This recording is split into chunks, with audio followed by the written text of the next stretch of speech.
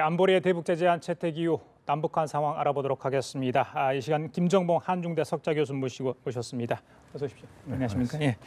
자, 방금 우리 기자의 리포트 보셨죠? 예. 네. 정부가 국제기구를 통해서 대북 인도 지원 방안을 고려하고 있다, 추진 중이다 이런 이야기입니다. 방금 이제 기자 리포트 들으셨겠지만 핵실험과 대북 제재안이 나온 상황에서 이 추진하는 게 인도적 지원이 바람직하냐, 적절성 논란도 지금 있는 것 같던데 어떻게 보세요? 네, 이 바로 인도적 지원 문제는 박근혜 정부에서도 계속해 추진해 왔었고 2015년 12월까지 추진이 됐었습니다. 예. 그러다가 4차 핵실험 2016년 1월달에 4차 핵실험 이후에 이제 중단된 것이지 박근혜 정부도 계속 해왔기 때문에 이것 자체는 문제가 된다고 보지는 않아요. 예. 왜 그러냐면 현재 미국에 대해서 북한이 미사일을 쏘고 핵을 쏘겠다면서 자꾸 위협하지 않습니까? 그렇지만은 현재 북한 지역에 머물면서 가장 많은 인도적 지원을 한 사람들이 또 미국 사람들입니다. 그래서 미국 사람들이 한 20여 명 있다가 이제 9월 초부터 해서 이제 철수하라니까 지금 많이 철수했을 겁니다. 예. 많이 철수했을 겁니다만은 그 전까지만 해도 가장 그래도 인도적 지원 사람 많이 했던 사람이 미국 사람들이고 돈도 예. 미국 사람이 가장 많이 냈어요. 근데 우리가 이제 800만 불 해서 어린아이들한테 영양식을 주든가 아니면 백신을 준다든가 해서 하는 부분인데 이걸 알아야 됩니다. 우리가 김정은 체제하고 북한 주민하고 분리해서 만약에 북한 김정은 정권이 무너지면은 북한과 통일을 어떻게 해야 되는데 그러려면 민심이 전심이기 때문에 북한 주민의 마음을 얻어야 됩니다. 마음을 얻으려면 분명히 나눠야 되고 예. 분리해서 해야 되고 특히 모자 보건 사업은 북한 사람들이 우리보다 키가 10몇 cm나 적거든요. 예. 그다음에 북한 주민들의 한 70%가 항상 이렇게 허기지고 있고 아직도 영양 상태는 좋지 않죠. 좋지 않죠. 예, 그래서 예. 그런 부분에 있어서 우리가 다른 건 몰라도 모자 보건 사업에 돈 주는 데 있어서는 이렇게 정책 문제는 없다고 봅니다. 예, 혹시 김정은한테 잘못된 신호를 주거나, 근데 이제 만약에 성사됐을 경우에 남북 관계에 조금은 어떤 화해 분위기, 제스처가 될 수 있는 그럴 수도 있는지 어떻게 보십니까? 글쎄요, 저는 지난번에 조명균 통일부 장관이 분명히 얘기를 했습니다. 뭐라 그러냐면 물론 저하고도 같이 얘기를 했습니다만은 북한은 일단은 남북 관계나 이것보다는 일단은 핵무기의 완성을 위해서 추진을 하고 그 다음에 남북 대화를 할 거라고 이제 분명히 조명근 장관도 얘기를 했거든요. 예. 그렇다면은 현재 아무리 우리가 800만 불을 줘서 예. 모자 보건 사업 한다 하더라도 이것 자체가 별개일 김정은 거다. 정권이 핵실험을 하고 미사일 도발하는 거는 영향 크게 못 미칩니다만은 예. 만약에 일단은 북한이 나름대로 이제 미국을 충분히 압박할 만한 그런 핵 능력을 가졌다고 이제 판단하면 그 다음에 남북 대화를 시작할 겁니다. 그러면 지금이라도 일단 북한에 대한 종자 씨를 심는다는 차원에서 예. 일단 남북 교류협력 기금을 써서 이렇게 북한에다가 지원을 하고 웃는 얼굴 보이는 것도 나쁘지 않다 생각을 합니다. 알겠습니다. 미국 측에도 사전 통보가 됐다는데 어떤 결정이 날지 좀 지켜보도록 하고요. 자, 북한이 안보리 대북 제재 결의안 유엔 안보리에서 통과된 이후에 계속해서 말폭탄, 성명을 통해서 이제 이걸 반응을 해오고 있는 상황인데요. 크게 위협적인 것은 아니다, 이런 이제 분석이 좀 나오고 있는 상황입니다.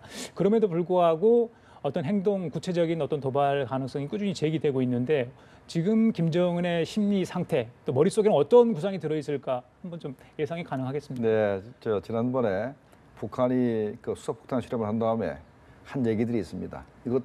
우리는 수소폭탄이 실험을 성공했으니까 이것이 끝났다 생각할지 모르지만 김정은은 그게 성이 차지 않습니다. 이게 핵무기 완성 단계의 중요한 계기가 됐다 그랬지 핵무기가 완성됐다 소리를 안 했습니다. 그렇다면은 이 사람들은 완성을 시켜야죠. 완성시키기 위해서는 아직도 화성 13형도 쏴야 되고 예. SLBM도 계속 쏴야 됩니다. 예. 그렇기 때문에 그러면 어떤 핑계거리를 만들어야 되는데 이번에 유엔 제재 결의안 2375호 굉장히 뼈아픈 겁니다. 이게 내용이 트럼프 대통령도 불만족스럽고 우리 정부도 약간 불만족스러워요. 예. 왜냐하면 원유를 차단 못했기 때문에. 예. 그런데 안에 내용을 들여다보면은 북한이 현재 한 30억 불 정도를 매년 수출을 해야 되는데 그 중에 20억 불 이상, 20억 불 이상입니다. 그러면 예. 남는 게 북한의 수출액이 한 자리 수에서 떨어집니다. 그렇다면은 북한 또 이걸 아셔야 돼요. 북한이 수출하는 건 남는 걸 수출하는 게 아니고 수입할 게 있기 때문에 수출하는 겁니다. 항상 모자란 나라가 왜 수출합니까? 수입하려고 수출하는데 만약에 20몇억 불 정도의 수출액이 줄면은 북한 체제를 유지할 수 있는 가장 중요한 부분들을 20몇억 불을 수입을 못하게 된다고. 그럼 어떻게 되겠습니까? 저거 앞으로 한 2, 3년만 지나면 북한 체제의 근간을 흔들 수도 있다. 그래 김정은이 그러면 이걸 어떻게 할 거냐? 그러면 도발을 해서 빠른 시간 내에 미국을 굴복시켜서 회담을 시작해야 되는데 그건 뭐 하겠습니까? 더 쏴야죠. 아마도 ICBM도 쏘고 SLBM도 쏘고 별짓을 할 겁니다. 자, SLBM 말씀하셨으니까 여쭤볼게요. 일본 언론에서 이 신형 잠수함, 그러니까 SLBM을 장착한 신형 잠수함이 올해 연말까지 건조해서 이제 배치할 수 있는 상황까지 갈 것이다. 이런 이제 보도를 했습니다. 이 신형 잠수함이 어떤 거고 실제 가능한 이야기인지 그 설명을 좀 얼마나 신빙성이 있습니까? 네, 저는 신빙성이 아주 높다고 생각하는 것이 원래 2015년도 6월달에 북한이 그 무수단 미사일을 쏜 직후에 김정은이가 부하들한테 2018년 9월 9일날 그러니까 내년도 구구절 행사가 정권 수립 70주년입니다. 그렇죠. 그럼 70주년 행사까지는 3,000톤급 그 잠수함을 완성하라라고 지시를 했기 때문에 이거는 신의 명령이기 때문에 만약에 그걸 이행하지 못하면 잘못하면 죽습니다. 그런데 금년 연말까지도 일본 언론에서 일단 땡겨져 있겠는데 가능성이 있는 얘기입니다. 그러니까 작년도에 벌써 북한이 그 잠수함의 그 구조 뼈대가 일단 생산되고 있는데 폭이 10m였단 말입니다. 그러면 최소한 다 3,000톤입니다. 우리가 뭐 3,000톤급이지만 3,000톤 이상 되는 그 잠수함을 이제 만들고 있고 그러면 현재 그 80%가 완성됐다고 하니까 연말까지 대략 그 잠수함은 그 틀을 갖출 겁니다.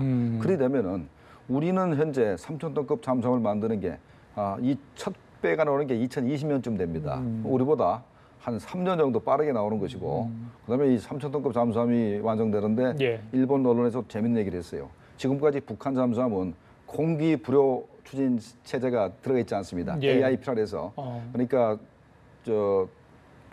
우리 거로 얘기하자면 214급 1,800도짜리는 2주 동안 작전할 수 있거든요. 물속에서 떠오르지 않고.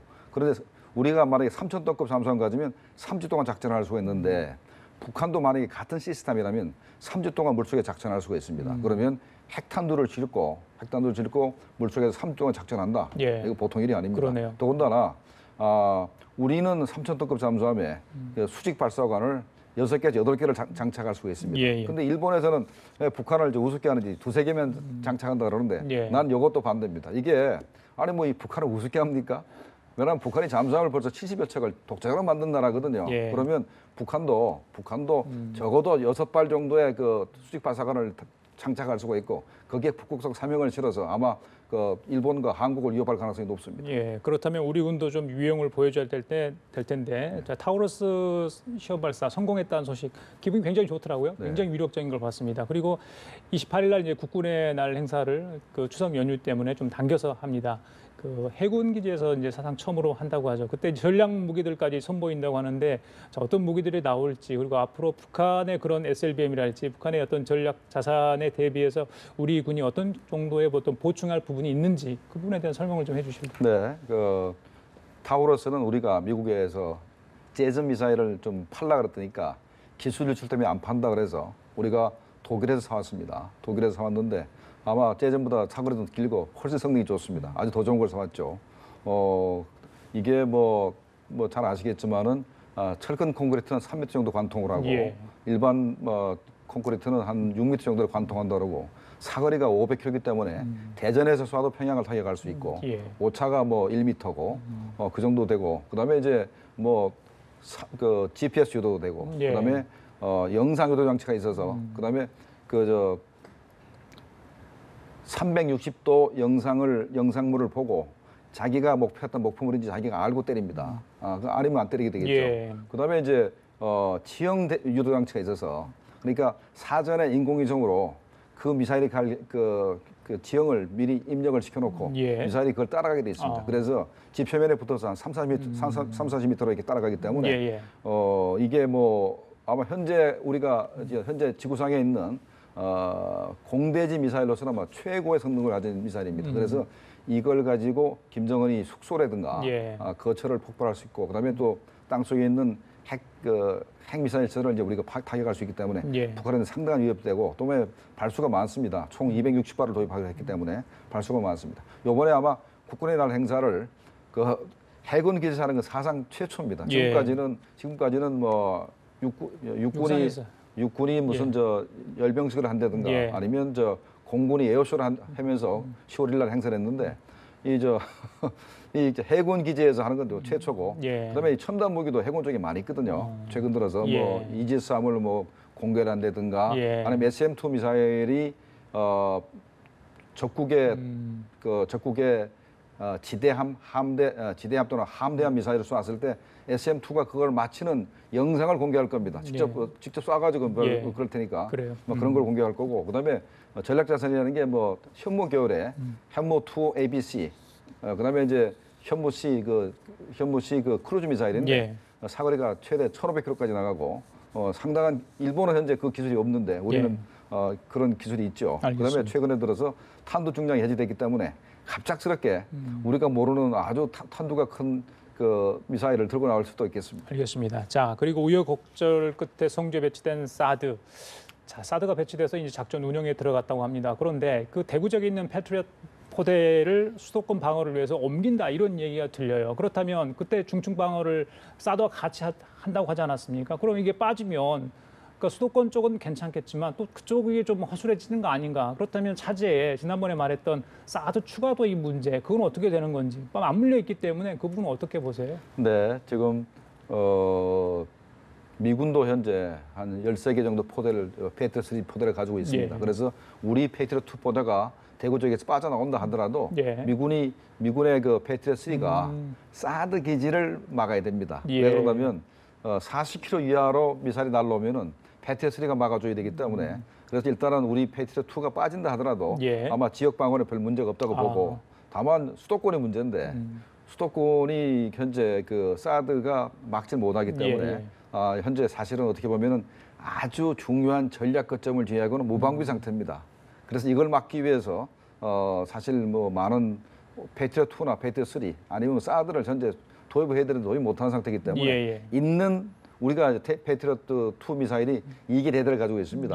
그래서 그것 중에 하나가 이제 다시 이제 서울적으로 올라오는 건데 참 아쉽죠. 그거 가지고는 안 됩니다. 사실. 그래요? 사드를 도입하든가 SM-3를 도입한다 하는데 이것도 뭐 구축함에다가 이제 이지스 구축함에다 짓는다 그러는데 이것도 완성되려면 한 뭐 2023년 정도에 완성되는데 그러니까 가능하면 중고라도 사드를 좀 미국에 팔라고 해서 좀 갖다 놨으면 하는 게 제 마음입니다. 그리고 마지막으로 지난 북한의 6차 핵실험 당시의 그 충격 규모 굉장히 역대 최고 아니었습니까? 그래서 백두산에 무슨 지진, 화산 활동 이야기까지 다 이야기가 됐었는데 중국 당국이 그 백두산 남쪽 관광 지역을 잠정 폐쇄를 했습니다. 무슨 낙석을 막기 위해서 임시 조치를 해서 뭐 이렇게 대책을 세우겠다 이런 이야기인데 이게 그때의 핵실험과 직접적인 관련이 있는 거 아니냐 이런 분석이 나오더라고요. 가능한 얘기일까요? 네, 맞습니다. 백두산 지역이 화산 지역이기 때문에 땅이 힘이 없습니다. 그래서 화산재로 만들어졌기 때문에